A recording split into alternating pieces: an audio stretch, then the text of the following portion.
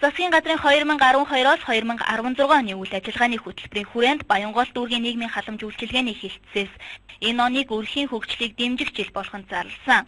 Үүнтэй холбоотойгоор тус дүүргийн нийгмийн халамж үйлчилгээний хэлтсээс зорилттой бүлгийн хүүхдүүдийн боловсролыг дэмжих тал дээр олон ажил хийж байгаагийн нэг нь энэ арга хэмжээ юм а.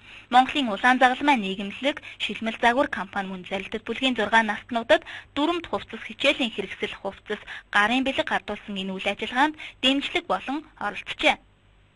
Үнэхээр энэ 57 хүүхдийн маань бас энэ хичээл сурлагт асар их нөлөө үзүүлнэ гэж бодож байгаа. Ягаад гэвэл энэ шинээр 1-р ангид орж байгаа хүүхдүүд одоо амжилгааны дандаа баталгааж төсөнгөөс доогуур орлоготой айлрах хүүхдүүд байгаа юм. Тэгэхээр энэ хүүхдүүд маань одоо бусдаас татахгүй хувцас сэргэлттэй хичээлд орно гэдэг бол энэ хүүхдийн хувьд бол одоо хичээл сурлагтаа урамтай тийм ээ амжилт гаргах бүстэй томоохон үндэс болох хаа гэж ингэж бодож байгаа юм. Цаашдаа бол энэ ажил бол тогтмол үргэлжлэнэ. Тэр нөгөө эндээс халамжийн гүрвтэй.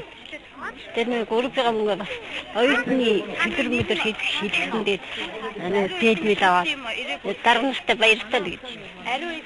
Ээжтэй хайртай шүү, имээтэй хайртай шүү, ахтай хайртай шүү.